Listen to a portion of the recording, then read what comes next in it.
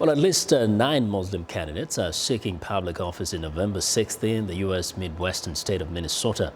One of them is Fardousa Jama, the first Somali-American to run for city council in Mankato, just over an hour's drive southwest of Minneapolis. Jama says she will bring the much-needed perspective of an immigrant to the council if elected. Viewers Zahra Abdi Ahmed has a story.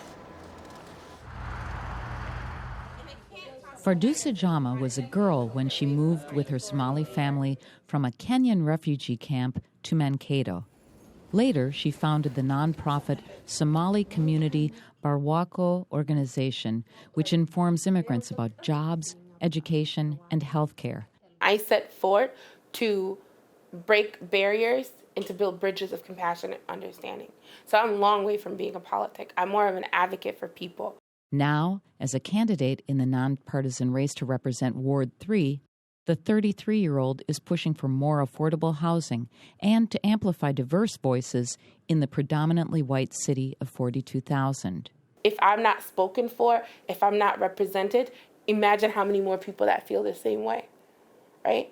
So it's our responsibility to come to the table. It's our responsibility to make sure our voices is heard. Jama is challenging incumbent Mark Frost. The pharmacist told the local Mankato Free Press that during his 16 years on the council, the city has had a phenomenal run with an increase in population, development, and jobs. In campaigning door-to-door, Jama has learned more about issues important to Mankato residents. She also has encountered resentment of foreigners and Muslims, possibly heightened by the hijab she wears. An elderly white man even spat on Jama. I personally faced hatred, and I personally faced Islamophobia. The worst that anybody can do to me is to spit on me, and that's what happened. My responsibility is to not take it personal. He has a problem with who I am, and the best I can do is put myself forward.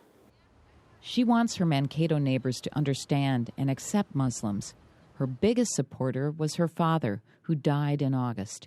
He encouraged her to run for city council. My dad was my backbone. May he rest in peace. He was the one that said, your voice, your perspective and your voice matters, and to do it. Jama also is inspired by Ilhan Omar, the first Somali-American elected to the Minnesota state legislature. That was in 2016. Now, with the November 6th election, the Democrat could become the first Somali-American to represent Minnesota in the U.S. Congress. She's my personal hero. When I think I can't do something, or when I feel like I will not be able to accomplish something because of the hate that I receive, I think to myself, I'm like, you're just at the local level, she's at a national level. I encourage the ones in Somalia to do the same thing that we're doing here.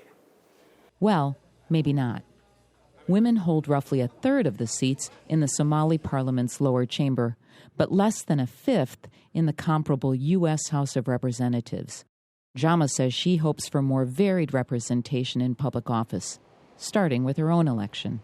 I set myself a big goal by telling our state rep that I'm going to run for his position in 4 years. And so now I have to take the action steps on how I'm going to get there. And that is to get elected in the city council. And that's where you learn the basics.